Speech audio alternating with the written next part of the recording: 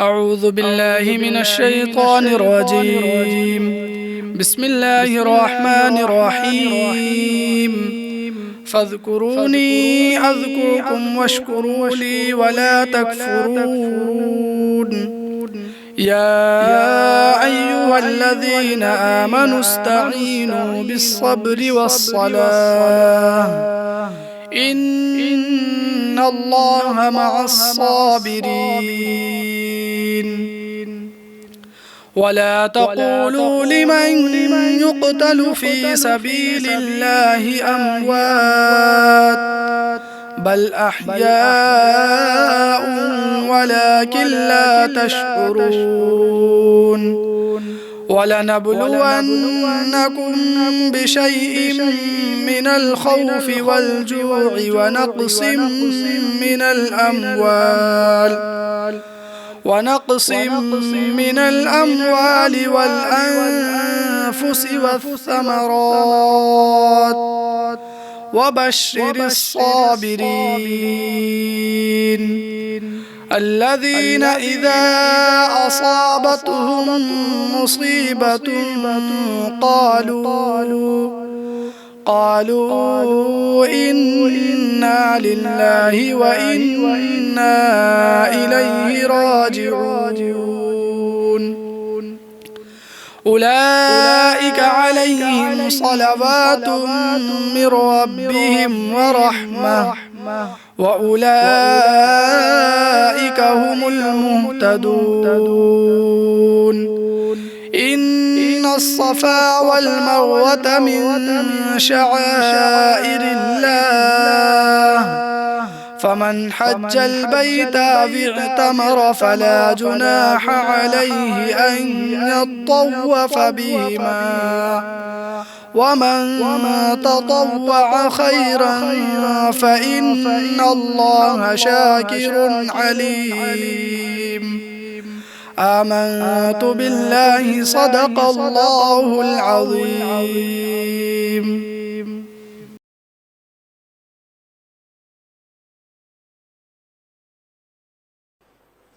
الحمد لله رب العالمين والصلاة والسلام على سيد الأنبياء والمرسلين وعلى آله وأصحابه أجمعين أما بعد فأعوذ بالله من الشيطان الرجيم بسم الله الرحمن الرحيم واتخذ الله إبراهيم خليلا صدق الله العلي العظيم وصدق رسوله النبي الأمين المختار الكريم الرؤوف الرحيم. انتہائی احترام و عقیدت کے ساتھ حضور سید المرسلین خاتم الانبیاء شفیع المذنبین رحمت للعالمین صلی اللہ تعالی علیہ وآلہ واصحابہ وبارک وسلم کی بارگاہ میں اپنی غلامی کا ثبوت دیں اور جس طریقے سے میں پڑھا ہوں میرے ساتھ مل کر بآواز بلند نذران محبت پیش کریں. الصلاۃ والسلام علیک یا رسول اللہ، الصلاۃ والسلام علیک یا حبیب اللہ، الصلاۃ والسلام علیک یا نبی اللہ وعلى آلك وأصحابك يا نور الله صلی اللہ تعالی علیہ وسلم. دوستان محترم، آج کے اس سنی اجتماع میں حضرت ابراہیم علیہ السلام کے منصب خلیل ہونے کے حوالے سے کچھ باتیں آپ کی خدمت میں عرض کرنا چاہتا ہوں. حضرت ابراہیم علیہ السلام کو اللہ رب العزت نے اپنی معرفت کیسے عطا فرمائی اور آپ نے اس معرفت کے حصول کے لیے کون سی قربانیاں دی ہیں، انہیں ذکر کرنے کے بعد ہم اپنے آپ میں یہ سبق حاصل کرنے کی کوشش کریں گے کہ آخر ہمیں اللہ کی معرفت کیسے مل سکتی ہے۔ اللہ رب العزت نے حضرت ابراہیم علیہ السلام کے حوالے سے قرآن مجید میں ارشاد فرمایا وَاتَّخَذَ اللَّهُ إِبْرَاهِيمَ خَلِيلًا، اور اللہ تعالی نے ابراہیم کو اپنا خلیل یعنی گہرا دوست بنایا۔ خلیل کسے کہتے ہیں اور خلت کا معنی کیا ہے، اس حوالے سے میں چند باتیں آپ کی خدمت میں عرض کرنا چاہتا ہوں۔ خلت کے معنی ہے غیر سے منقطع ہو جانا، اور خلیل اس گہری دوستی کو کہا جاتا ہے جس میں دوست کے غیر سے انقطاع ہو جائے۔ ایک معنی یہ ہے کہ خلیل اس محب کو کہتے ہیں جس کی محبت کاملہ ہو اور اس کی محبت میں کسی قسم کا خلل اور نقصان نہ ہو۔ اس معنی کے اعتبار سے حضرت ابراہیم علیہ السلام اللہ کے خلیل ہیں، اور ہمارے نبی حضور سید المرسلین صلی اللہ تعالی علیہ وسلم وہ بھی اللہ کے خلیل ہیں۔ آپ ارشاد فرماتے ہیں، مسلم شریف کی حدیث ہے کہ جس طرح سے حضرت ابراہیم علیہ السلام کو اللہ نے اپنا خلیل بنایا، اسی طرح سے اللہ رب العزت نے مجھے بھی اپنا خلیل بنایا ہے۔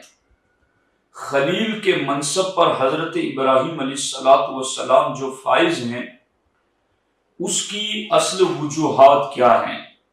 اتنا عظیم منصب خلت ابراہیم علیہ السلام کو کیوں عطا فرمایا گیا؟ علماء کرام نے اس حوالے سے مختلف اقوال ذکر کیے ہیں۔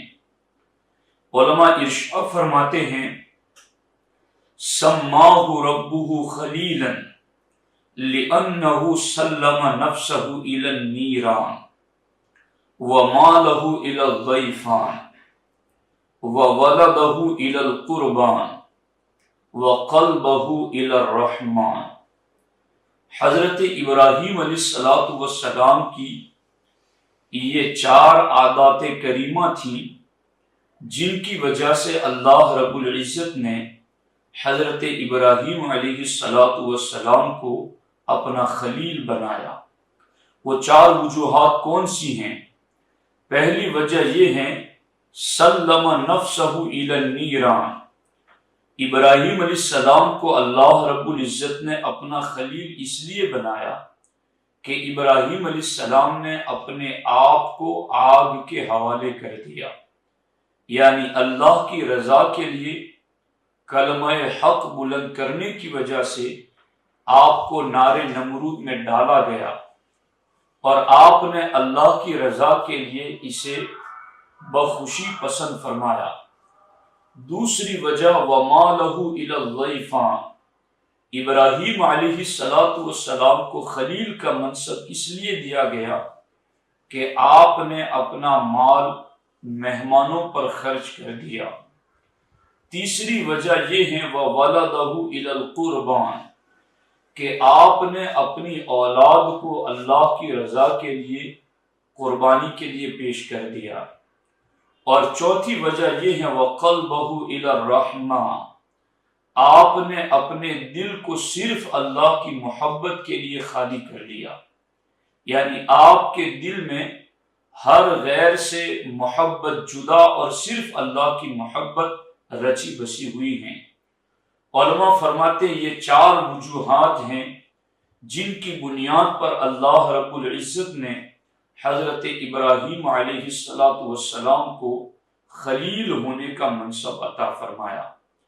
یہاں ٹھہر کر کے میں اپنے اصل موضوع کی طرف اپنے سامعین کی توجہ دلانا چاہتا ہوں کہ ابراہیم علیہ السلام کو اللہ رب العزت نے جو معرفت کے درجے عطا فرمائے، وہ معرفت کے درجے کتنے ہیں، اور ان معرفت کے درجوں کا حصول کس طریقے سے آپ نے حاصل کیا۔ اس سلسلے میں حضرت علامہ اسماعیل حقی علیہ الرحمہ تفسیر روح البیان میں ارشاد فرماتے ہیں کہ میرے شیخ فرماتے تھے کہ حضرت ابراہیم علیہ السلام نے توحید کے جملہ مراتب کی معرفت کو اپنے آپ میں جمع کر لیا، اور حضرت اسماعیل حقی فرماتے میرے شیخ نے مجھے بتایا کہ اللہ کی توحید کی معرفت کے 3 درجے ہیں۔ اول درجہ توحید افعال کی معرفت، دوسرا درجہ توحید صفات کی معرفت، اور تیسرا درجہ ہے توحید ذات کی معرفت۔ اللہ کی معرفت کے یہ 3 درجے ہیں۔ توحید افعال کی معرفت کا معنی یہ ہے کہ آسمان و زمین، چاند و سورج، شمس و قمر، شجر و حجر اور کائنات کی ہر شے، ہر مخلوق اللہ رب العزت کی صفت افعال کا مظہر ہے، یعنی اللہ رب العزت نے جتنی چیزوں کو پیدا کیا ہے ان چیزوں میں اللہ کی صفت افعال کی معرفت ملتی ہیں۔ جیسے آسمان بغیر ستون کے پیدا کیا، اتنی بڑی زمین کو پانی پر پھیلا دیا ہے، چاند اور سورج وقت پر نکلتے ہیں اور وقت پر غروب ہوتے ہیں، وقت پر موسم بدلتا ہے اور ختم ہوتا ہے، وقت آنے پر کھیتیاں سبزہ اگاتی ہیں اور وقت آنے پر وہ سوکھ جاتی ہیں، وقت آنے پر سمندر کا پانی کنارے پر آتا ہے پھر واپس پلٹ جاتا ہے، وقت آنے پر درختوں پر پھل لگتے ہیں اور پھر پتے بھی جھڑ جاتے ہیں۔ ان فی خلق السماوات والارض واختلاف اللیل والنہار لآیات لأولی الالباب، اس قسم کی جتنی بھی آیات قرآن مجید میں موجود ہیں ان پر غور کرنے سے اللہ کی توحید افعال کی معرفت ملتی ہیں۔ حضرت ابراہیم علیہ السلام نے اس درجے کی توحید کی معرفت بھی حاصل کی، اور دوسرا درجہ ہے توحید کی معرفت کا معرفت صفات۔ معرفت صفات یہ کیا ہیں؟ اللہ رب العزت جواد ہیں، اللہ کریم ہیں، اللہ رحمان و رحیم ہیں، اللہ ستار و غفار ہیں، اللہ علیم ہیں، رؤوف ہیں، رحیم ہیں۔ یہ اللہ رب العزت کی صفات ہیں، اور بندہ ان صفات کی گہرائی میں جب غور و فکر کرتا ہے تو توحید صفات کی معرفت حاصل ہوتی ہے۔ اور تیسرا درجہ توحید ذات کی معرفت، یعنی اللہ کی ذات یکتا ہے، اس کی پہچان اور معرفت۔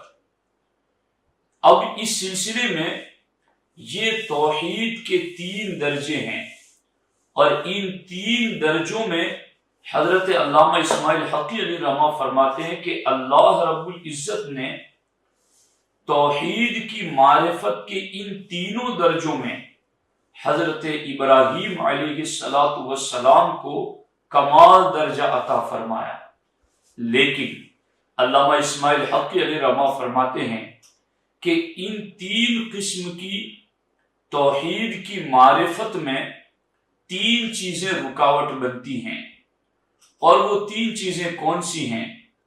آپ فرماتے ہیں توحید افعال کی معرفت میں رکاوٹ انسان کا مال بنتا ہے، توحید صفات کی معرفت میں رکاوٹ انسان کی اولاد بنتی ہیں، اور توحید ذات کی معرفت میں رکاوٹ انسان کی اپنی خودی اور اپنا وجود اور اپنا نفس بنتا ہے۔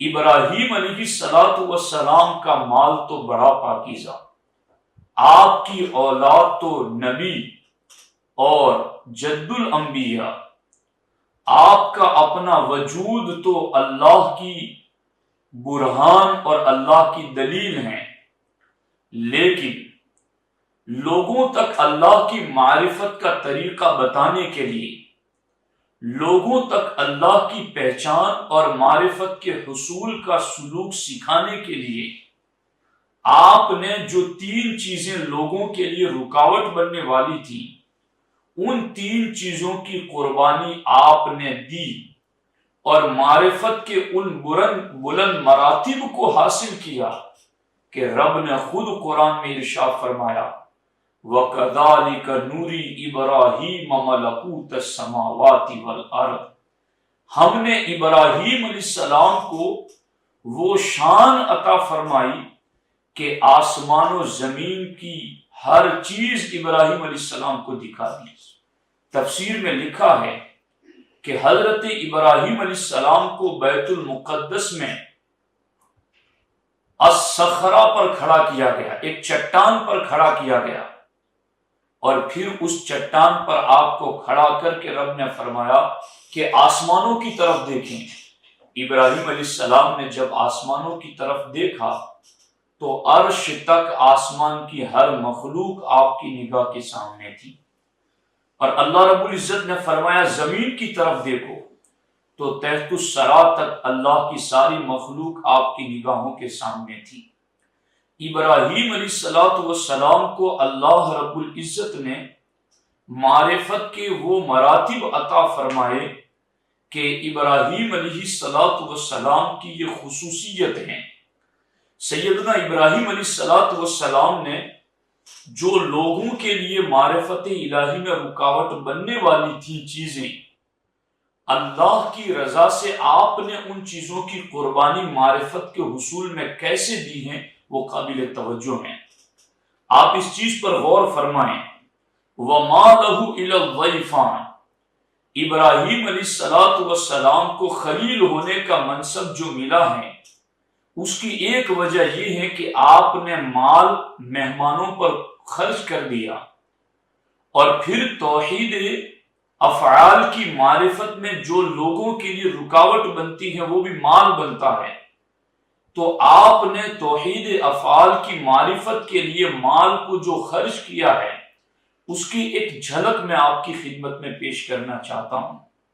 حضرت ابراہیم علیہ السلام کے پاس 5000 بکریوں کے ریوڑ تھے، یہ بھی تفسیر روح البیان میں ذکر کیا گیا ہے۔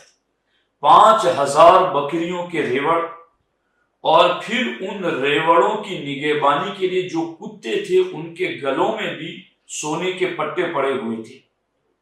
5000 بکریوں کے ریوڑ، اور پھر ہر ریوڑ میں ہزاروں بکریاں، اور پھر ان کے نگہبان کتوں کے گلوں میں بھی سونے کے پٹے۔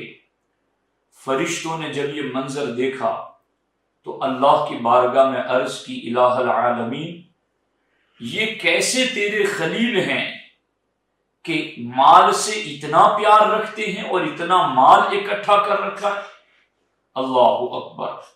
اللہ رب العزت نے ارشاد فرمایا میرے فرشتوں، میرے خلیل کے پاس مال ضرور ہیں مگر وہ مال سے نہیں مجھ سے پیار کرتا ہے، اور اگر تمہیں میرے خلیل کا امتحان لینا ہے تو تمہیں اجازت ہے۔ ایک فرشتہ انسانی شکل میں پہاڑ کی اوٹ میں بیٹھ کر بلند آواز سے اللہ کا ذکر کرنے لگا۔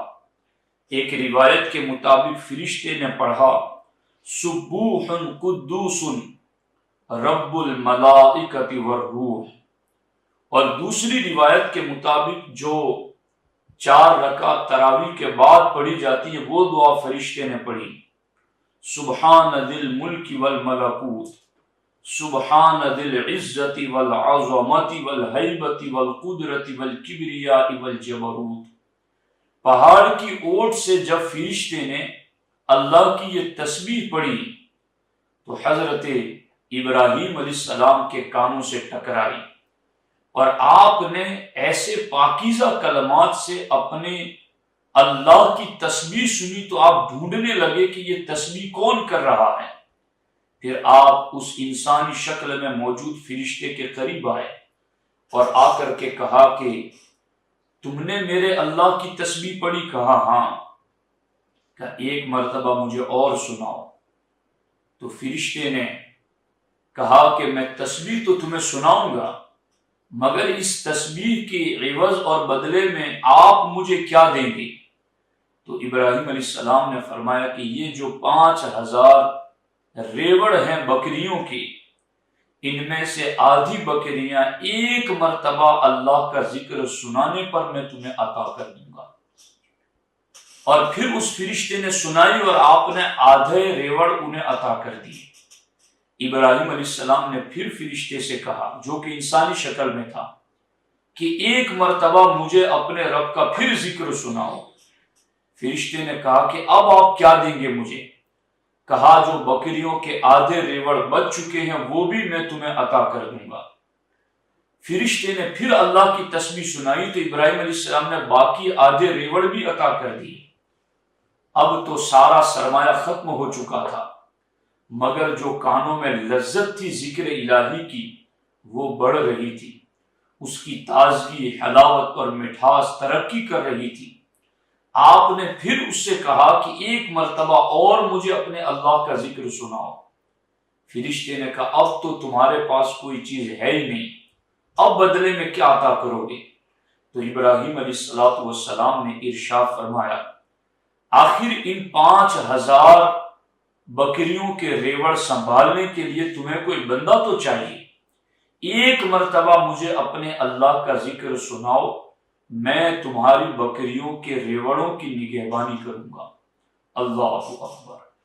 یہ ہے اللہ سے سچا پیار، یہ ہے ذکر الہی میں انہماک، اور یہ ہے اپنی رضا کو مرضی مولا میں فنا کر دینے کا انداز۔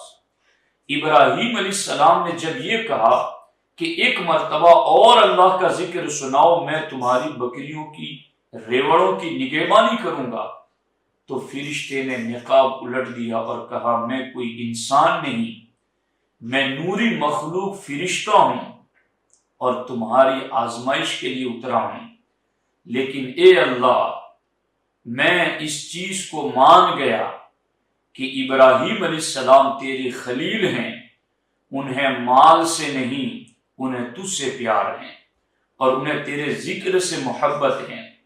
تو یہ ہے ابراہیم علیہ السلام کا مال قربان کرنے کا انداز۔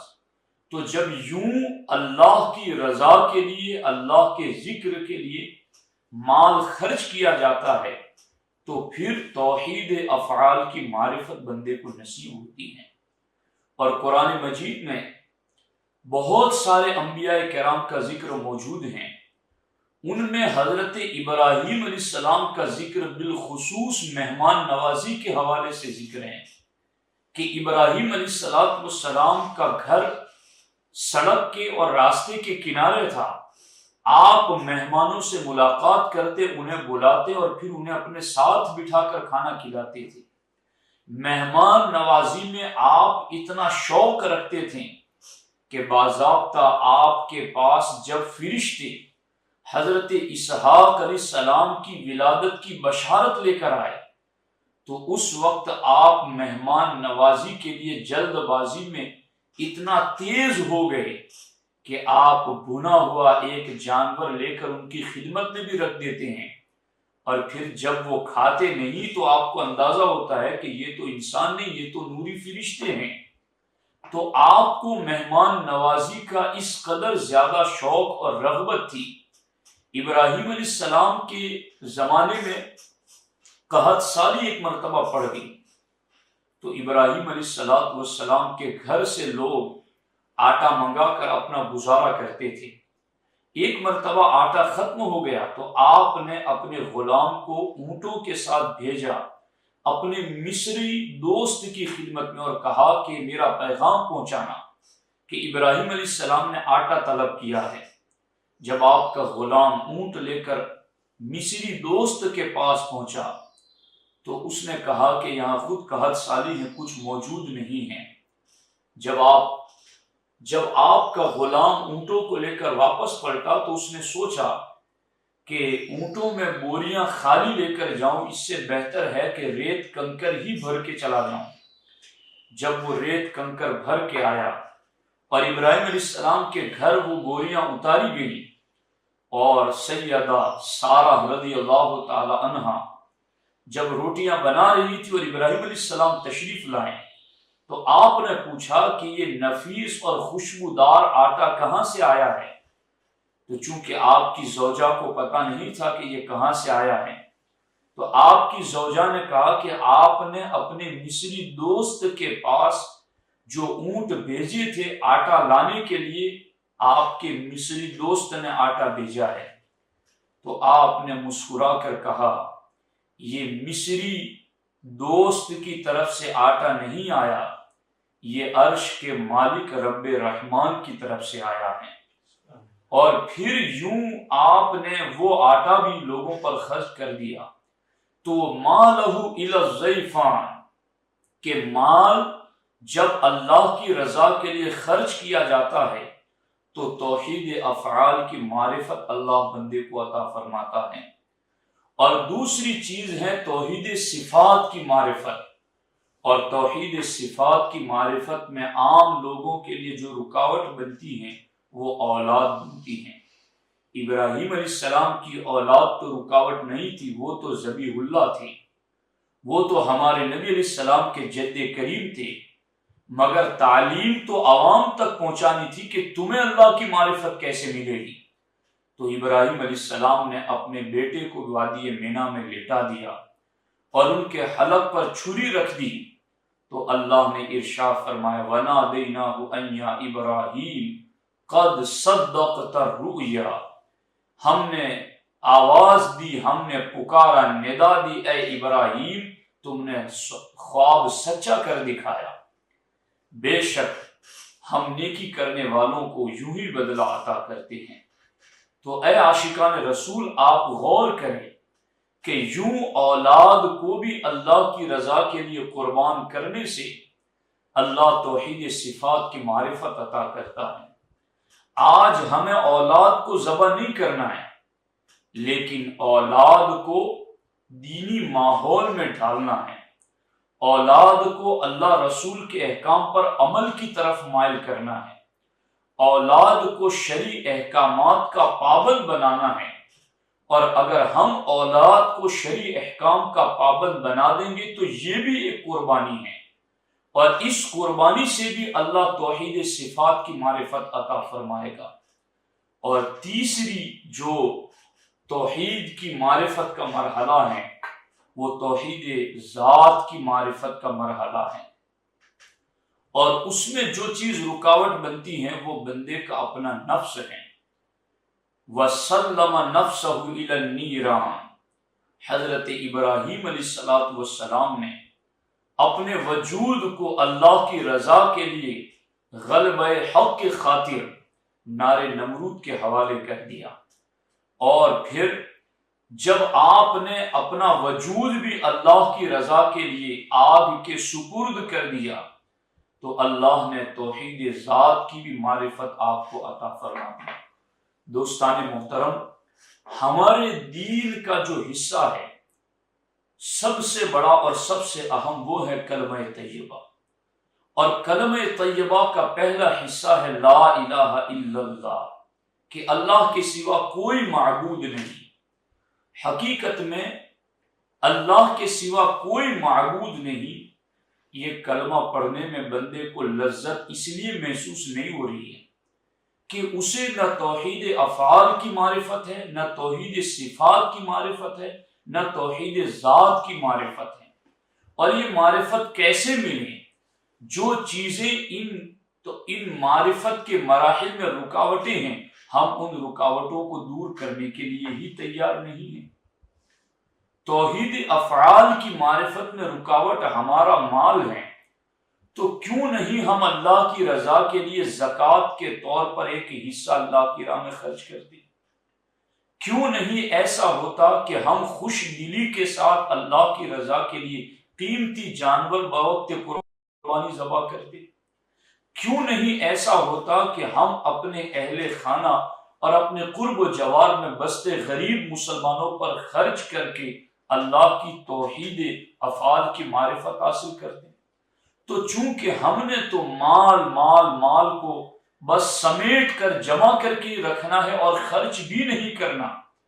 اور جب خرچ نہیں کرو گے تو توحید افعال کی معرفت کیسے ملے گی؟ اور دوسری چیز ہے توحید صفات کی معرفت. ہم تو اپنی اولاد کی خوشیوں کا اتنا لحاظ رکھتے ہیں کہ ہم ان اولاد کو خوش رکھنے کے لیے نماز کا بھی حکم نہیں دیتے.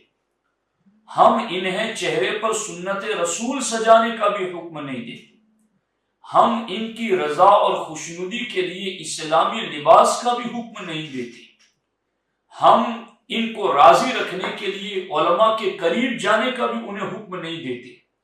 میں آپ کی خدمت میں یہ عرض کرنا چاہتا ہوں، جب اولاد کے حوالے سے ہم ان کی دنیاوی خوشی کا لحاظ رکھتے ہوئے شرعی طور پر ان کو گائیڈ لائن نہیں کرتے اور ان کی شرعی رہنمائی نہیں کرتے، ان کے وقت کو، ان کی جان اور مال کو، ان کے سرمایے کو، ان کی طاقت کو دین کے نام پر قربان کرنے کا ہم طریقہ نہیں بتاتے ہیں، تو پھر ہمیں توحید صفات کی معرفت کیسے حاصل ہوگی؟ اور توحید ذات کا مرحلہ یہ تو بہت اونچا مرحلہ ہے.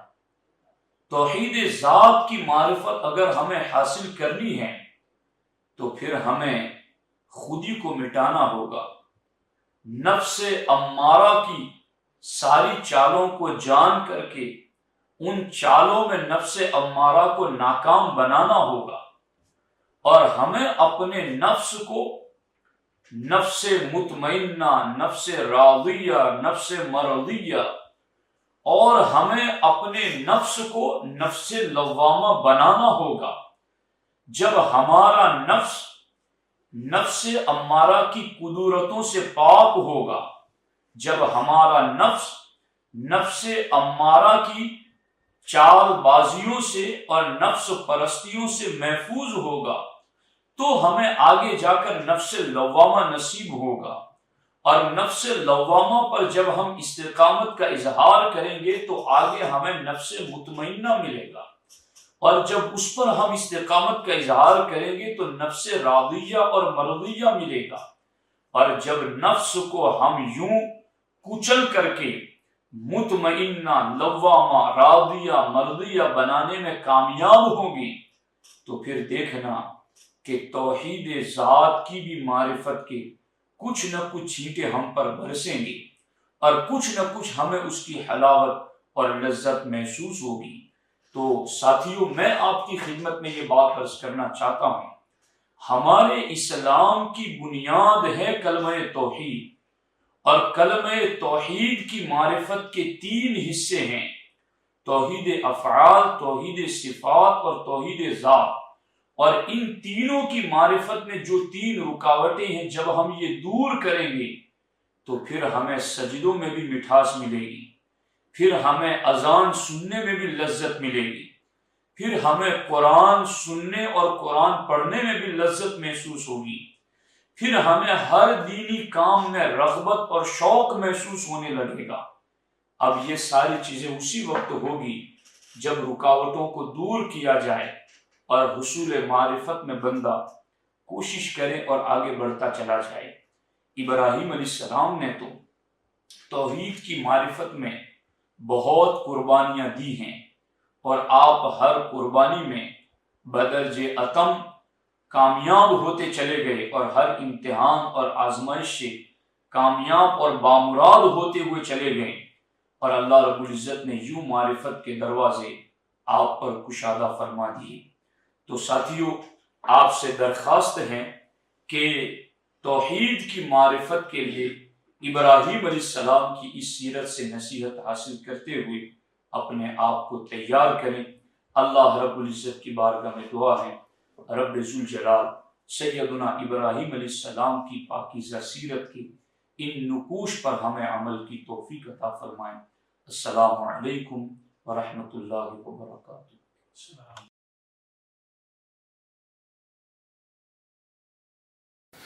آیا ہوں بن کے سائل سلطان دو جہاں،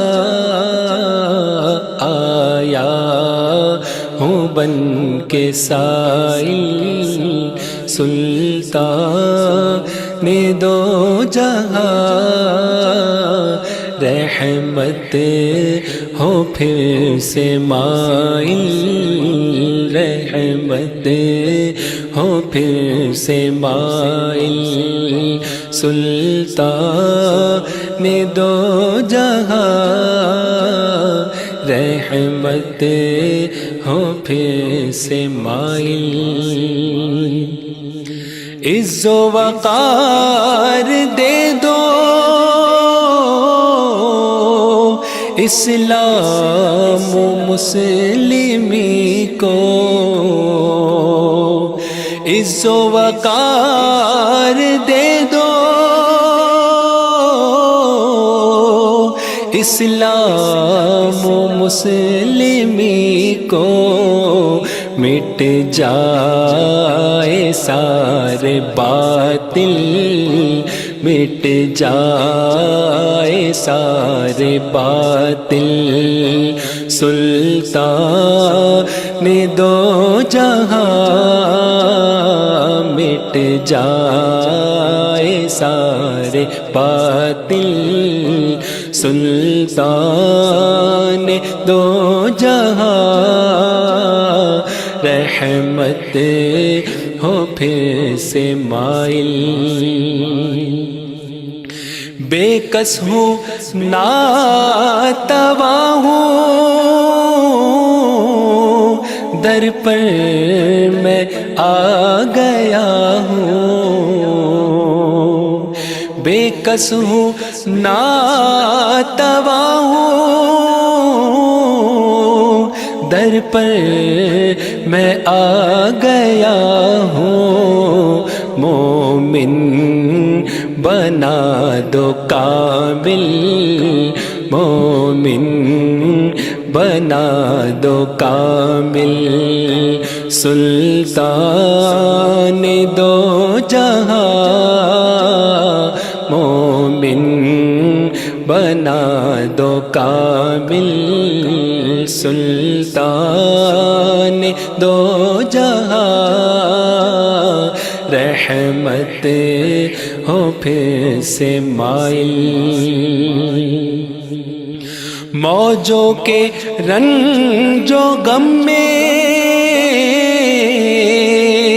کشتی میری پھنسی ہے موجوں کے رنج و غم میں کشتی میری پھنسی ہے مجھ کو عطا ہو سائل مجھ کو عطا ہو ساحل سلطان دو جہاں مجھ کو عطا ہو ساحل سلطان دو جہاں رحمت ہو پھر سے مائل اپنی ولا میں مجھ کو ایسا گما دو آقا اپنی ولا میں مجھ کو ایسا گما دو آقا خود سے رہوں میں غافل خود سے رہوں میں غافل سلطان دو جہاں خود سے رہوں میں غافل سلطان دو جہاں رحمت ہو پھر سے مائل دنیا کے شر سے مجھ کو بہرے خدا بچا لو، دنیا کے شر سے مجھ کو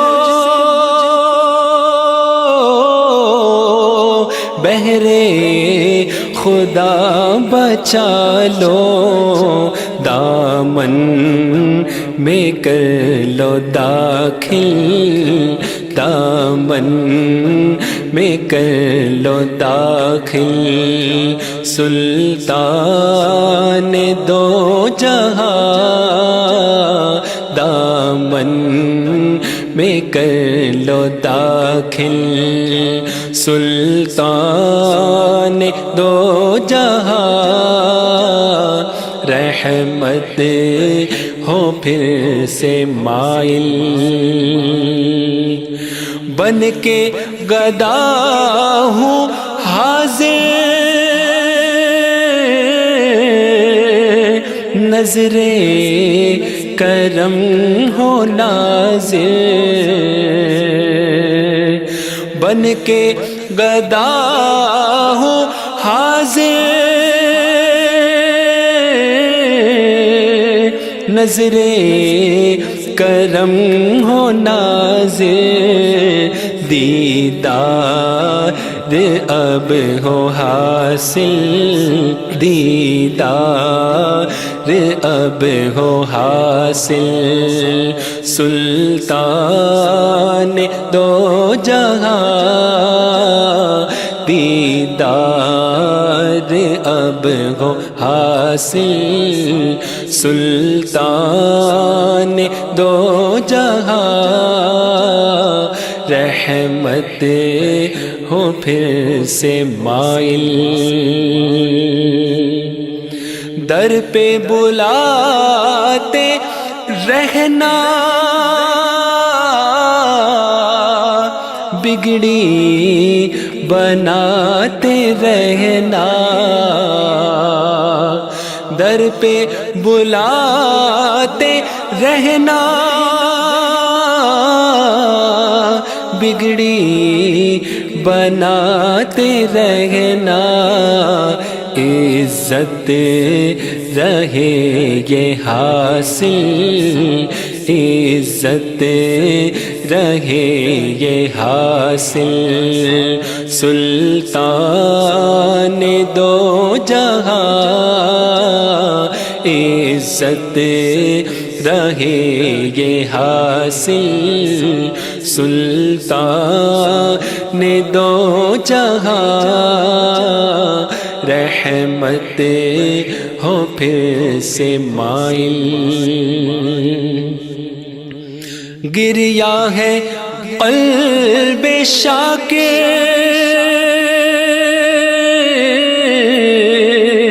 کر دو کرم بھی وافر، گریا ہے قلب شاکر، کر دو کرم بھی وافر، اپنوں میں کر لو شامل، اپنوں میں کر لو شامل، سلطان دو جہاں اپنوں میں کر لو شامل، سلطان دو جہاں آیا ہوں بن کے سائل، سلطان دو جہاں رحمت ہو پھر سے مائل، سلطان دو جہاں۔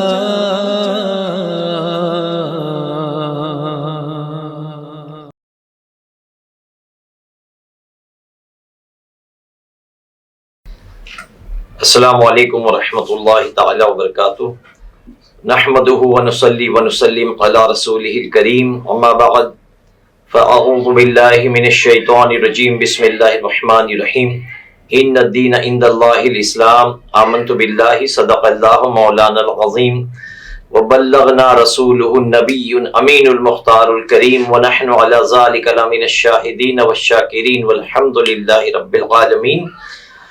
خطبہ مسنونہ کے بعد آئیے نبی رحمت صلی اللہ تعالی وسلم کی بارگاہ بے کس پناہ میں درود و سلام کا نذرانہ پیش کرتے ہیں۔ پڑھیں الصلاۃ والسلام علیک یا رسول اللہ وعلی آلک واصحابک یا حبیب اللہ، الصلاۃ والسلام علیک یا نبی اللہ وعلی آلک واصحابک یا نور اللہ صلی اللہ تعالی علیہ وسلم۔ اللہ تبارک و تعالیٰ کا عظیم احسان ہے کہ رب قدیر نے ہمیں اشرف المخلوقات میں پیدا فرمایا، اور اللہ تبارک و تعالیٰ کا مزید کرم کہ رب تبارک و تعالیٰ نے ہمیں اہل سنت والجماعت میں رکھا، اور اللہ کی بارگاہ میں دعا ہے کہ اللہ جب تک ہمیں اس دنیا میں رکھے اہل سنت والجماعت پر قائم رکھے، اور اسی پر اللہ تبارک و تعالیٰ ہم کو موت عطا فرمائے، اور انہی کے زمرے میں اللہ تبارک و تعالیٰ ہمارا حشر و نشر فرمائے۔ میرے عزیزوں، دنیا میں لوگ آتے ہیں، دنیا سے لوگ جاتے ہیں۔ اسلام وہ واحد مذہب ہے کہ آنے والے کے لیے بھی اہتمام کیا جاتا ہے اور جانے والے کے لیے بھی اہتمام کیا جاتا ہے۔ یعنی جب بچہ تولد ہوتا ہے، پیدا ہوتا ہے، تو صحابہ کرام رضوان اللہ تعالی علیہم اجمعین کا یہ معاملہ تھا کہ صحابہ کرام رضوان اللہ تعالی علیہم اجمعین کے گھر جب بچے کی ولادت ہوتی تو وہ سرکار دو عالم صلی اللہ تعالی وسلم کی گود میں لا کر بچے کو رکھ دیتے۔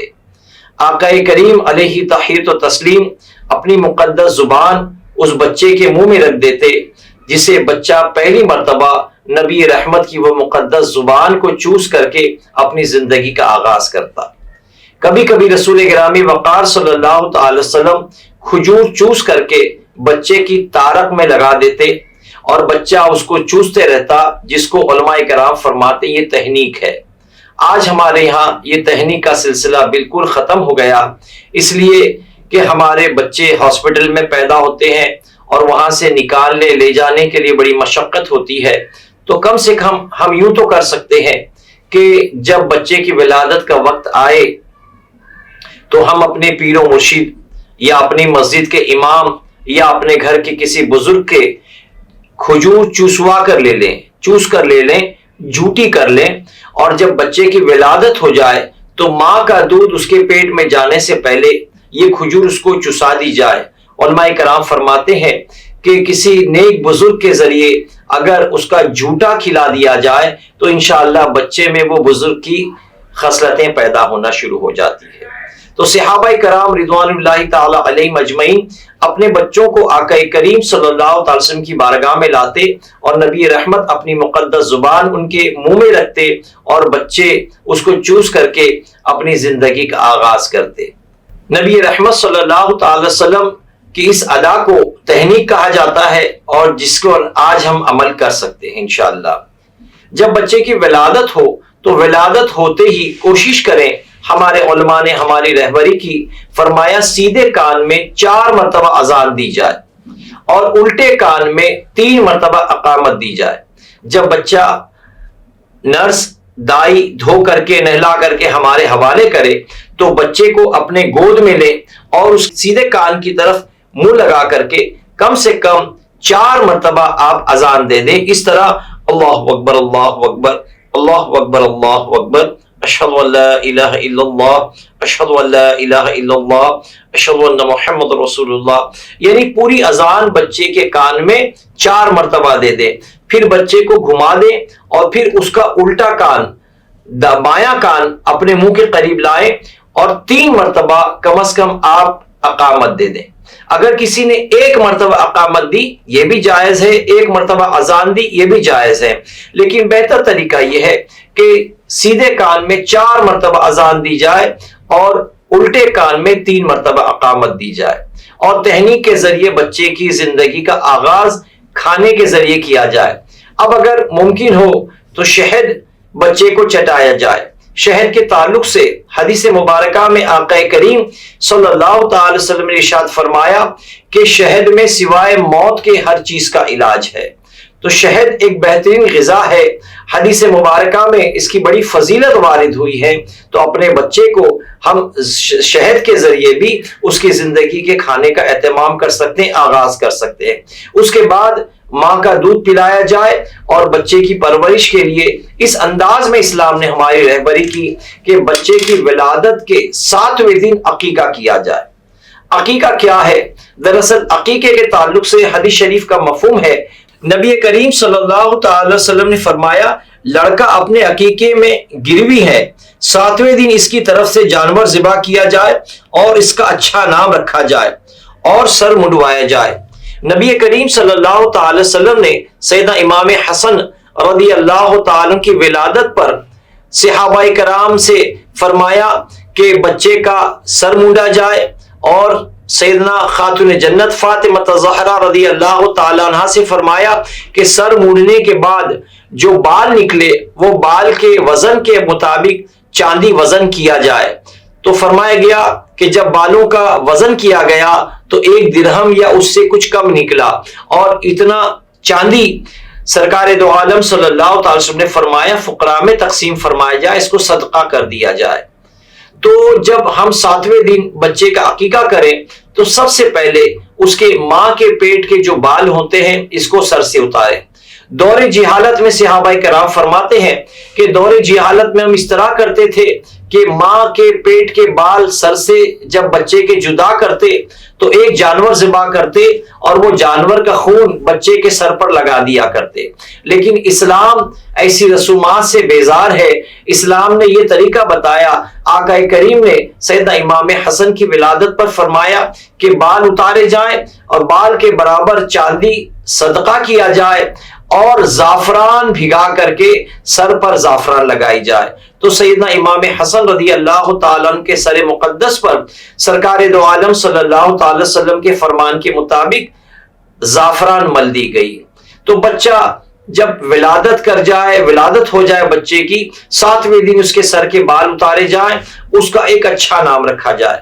اب یہاں علماء کرام فرماتے ہیں 2 بکرے یا 2 بکری، لڑکا ہے تو 2 بکرے یا 2 بکری، اور لڑکی ہے تو 1 بکرا یا 1 بکری ذبح کیا جائے۔ دراصل یہ خوشی کا اہتمام کیا جاتا ہے کہ ہمارے گھر میں اللہ تبارک و تعالیٰ کے فضل و کرم سے ایک بچے کی ولادت ہوئی۔ اب یہ آپ پر منحصر ہے کہ آپ چاہیں تو جانور ذبح کر کے اپنے رشتہ داروں میں، اپنے دوست احباب میں کچا گوشت تقسیم کر دیں، یا آپ چاہیں تو آپ جانور ذبح کرنے کے بعد اپنے گھر میں کھانا پکائیں اور پھر تمام لوگوں کو اپنے گھر میں دعوت دیں تاکہ وہ خوشی میں وہ بھی شریک ہو سکیں۔ ہمارے علماء ہماری رہبری فرماتے ہیں کہ جب جانور ذبح کیا جائے عقیقے کا تو کوشش کریں کہ ہڈی پر سے گوشت اتار لیا جائے، ہڈی کو نہ توڑا جائے، یہ نیک شگون ہے۔ ہڈی پر سے گوشت اتار لیا جائے، اور جب بڑی بڑی ہڈی ہیں اس کو 2 ٹکڑے کر کے اس کا سوپ بنا لیا جائے، اور مہمانوں کو پہلے سوپ پلا دیا جائے۔ اب جو ہڈی کا گودا کھانے کے بعد ہڈیاں بچ جائے، اس کو کسی جگہ زمین میں دفن کر دیا جائے۔ ایک حدیث شریف کا مفہوم ہے، آقا کریم صلی اللہ تعالی وسلم نے فرمایا کہ ہڈیوں سے اور گوبر سے استنجا مت کرو، یہ جنات کی غذا ہے۔ تو نبی کریم صلی اللہ تعالی وسلم نے جب یہ فرمایا کہ جانور کی ہڈی اور گوبر جنات کی غذا ہے تو صحابہ کرام کو تعجب ہوا اور عرض کیا کہ یا رسول اللہ صلی اللہ تعالی وسلم کیا جنات گوبر کھاتے ہیں؟ تو آقا کریم صلی اللہ تعالی وسلم نے فرمایا کہ نہیں، جو تم ہڈی کو چوس کر چاٹ کر پھینک دیتے ہو، اللہ تبارک و تعالیٰ اپنی قدرت سے اس پر گوشت چڑھا دیتا ہے اور وہ جنات کی غذا ہو جاتی ہیں۔ اور جو گوبر ہے جو تم جلانے کے لیے اس کے اپلے بناتے ہیں، تو اس سے استنجا سے اس لیے منع کیا گیا کہ وہ جانوروں کا گوبر جو سکھایا جاتا ہے وہ جنات کے جانوروں کی غذا بنتا ہے، اسی لیے ہڈی سے اور گوبر سے استنجا کرنا منع فرمایا۔ بہرحال جب آپ نے سوپ بنا لیا تو اس ہڈی کو زمین میں دفن کر دیں، اور اس کے بعد جو گوشت بچ گیا ہے تو علماء کرام رہبری فرماتے ہیں جو گوشت آپ نے ہڈی پر سے اتار لیا، کوشش کریں کہ اس میں تھوڑا میٹھا گوشت بنا دیا جائے۔ بہت سے علاقوں میں میٹھا گوشت بنایا جاتا ہے، یعنی اس میں ڈرائی فروٹس ڈالے جاتے ہیں، شکر یا گڑ ڈال کر کے میٹھا گوشت بنایا جاتا ہے۔ یہ بچے کے لیے نیک فعال ہے۔ تو اس طرح آپ نے میٹھا گوشت بنایا تو یہ انشاءاللہ بچے کے لیے آگے فائدہ مند ہوگا، یعنی اس کی خصلتیں بچے میں داخل ہوگی۔ اب جب آپ نے گوشت کا اہتمام کیا، کھانا پکا لیا، اپنے احباب کو، عزیزوں کو گھر پر بلا کر آپ نے اچھی ضیافت کر دی، تو گویا آپ نے اللہ تبارک و تعالیٰ کی بارگاہ میں شکرانے کے طور پر ایک جانور ذبح فرمایا۔ آپ دیکھیں جب عقیقے کے جانور کو ذبح کیا جاتا ہے تو اس پر جب دعا پڑی جاتی ہے تو وہ دعا کا مطلب ہی یہ ہوتا ہے، اس کا مفہوم یہ ہے کہ اللہ میں گوشت کے بدلے گوشت، کھال کے بدلے کھال، جان کے بدلے جان، خون کے بدلے خون، ہڈی کے بدلے ہڈی میں تیری بارگاہ میں نظر کرتا ہوں۔ گویا عقیقہ کرنے کے بعد جس بچے کی طرف سے یہ عقیقہ کیا گیا، اس کی جان، اس کا گوشت، اس کا خون، اس کی ہڈی، اس کا چمڑا سب اللہ تبارک و تعالیٰ کے فضل و کرم سے محفوظ ہو جاتا ہے۔ تو عقیقہ کرنا نبی کریم صلی اللہ تعالی وسلم کی سنت کریمہ ہے۔ یہ زندگی میں بچے کی ولادت کے 7ویں دن کرے، اور اگر اس میں تاخیر ہو گئی تو کوئی بات نہیں، 21ویں دن کریں، اس کے بعد اگر کچھ تاخیر ہو گئی تو چند دن بعد کریں۔ اس طرح عقیقہ زندگی میں کبھی بھی کیا جا سکتا ہے۔ یہ لوگوں میں مشہور ہے اور جہالت کی بنیاد پر مشہور ہے کہ عقیقہ نہیں کیا تو بقرہ عید میں قربانی نہیں کر سکتا، یا بہت سے لوگ یہ بھی سمجھتے ہیں کہ بچپن میں عقیقہ نہیں ہوا تو ہم حج نہیں کر سکتے۔ تو یہ سب فضول باتیں ہیں۔ بچپن میں عقیقہ کرنا یہ بڑوں کی ذمہ داری تھی، والدین کی ذمہ داری تھی، اگر انہوں نے نہیں کیا تو اب اس کا وقت نکل گیا۔ ہاں زندگی میں کبھی بھی کریں۔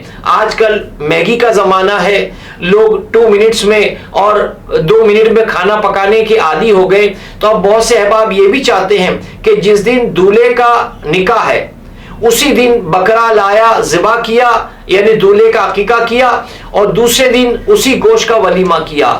تو بہتر ہے، اس کی ممانعت نہیں ہے کہ دولہے کا عقیقہ بھی ہو گیا اور دوسرے دن دولہے کا ولیمہ بھی ہو گیا، تو عقیقے کے گوشت سے ولیمہ بھی کیا جا سکتا ہے۔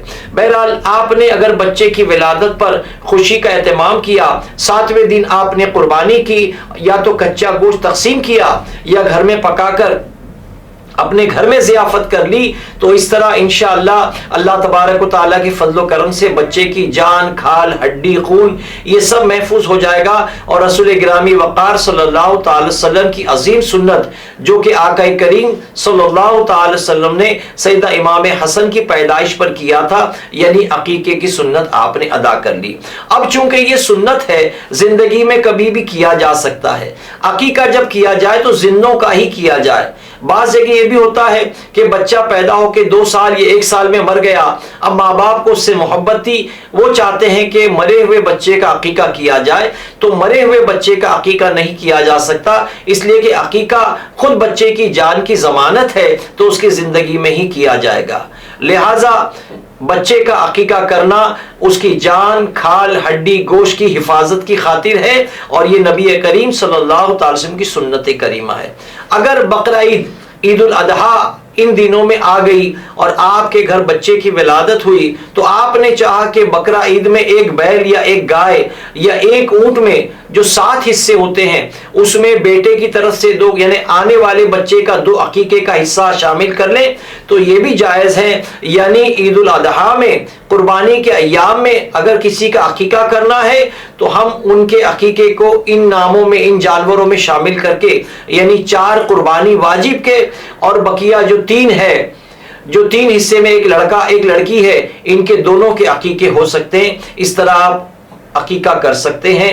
نبی کریم صلی اللہ تعالی وسلم کی سنت کریمہ پر ہم کو عمل کرنا چاہیے۔ یہ چونکہ سنت ہے، زندگی میں کبھی بھی کیا تو اللہ تبارک و تعالیٰ کے فضل و کرم سے اللہ کی بارگاہ میں اگر مقبول ہو گیا تو بچے کی انشاءاللہ حفاظت ہو جائے گی۔ اللہ تبارک و تعالیٰ ہمیں صحیح معنوں میں رسول اعظم صلی اللہ تعالی وسلم کے اسوہ حسنہ پر عمل کی توفیق عطا فرمائے۔ عقیقے کے بیان کو آپ نے بخوبی سماعت فرمایا۔ اگر اس سے ریلیٹڈ آپ کے ذہن میں کوئی سوال ہیں، جیسے بچے کا نام رکھنا، بچے کی ولادت کے 7ویں دن جب عقیقہ کیا جاتا ہے تو بہتر ہے کہ بچے کا اچھا نام رکھا جائے۔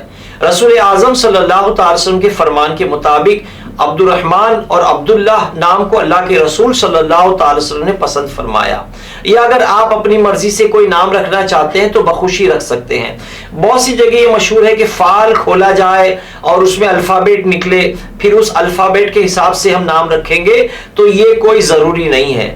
آپ کے خاندان میں، آپ کے احباب میں، آپ کے رشتہ داروں میں کوئی اچھے نام کا شخص انتقال کر گیا، اس کی نسبت سے بھی آپ رکھ سکتے ہیں. بہتر یہ ہے کہ صحابہ کرام کے جو مقدس نام ہے، بڑے پیارے پیارے صحابہ کرام کے نام ہیں، ان ناموں سے انشاءاللہ اپنے بچوں کو منسوب کریں. اور جب آپ نے صحابہ کرام رضوان اللہ تعالی علیہم اجمعین کے نام سے اپنے بچوں کے نام رکھے تو آقا کریم صلی اللہ تعالی وسلم ارشاد فرماتے ہیں کہ بچوں میں وہ خصلتیں جن کے نام کی نسبت آپ نے رکھی ہے، ان کی خصلتیں داخل ہوا کرتی ہے. تو اپنے بچوں کے ولادت پر اچھے نام رکھا کریں. اسی طرح اگر آپ کے ذہن میں اور کوئی سوالات ہیں تو انشاءاللہ آپ کمنٹس کریں، ہم آپ کے سوالات کے جوابات دینے کی کوشش کریں گے. السلام علیکم ورحمۃ اللہ وبرکاتہ.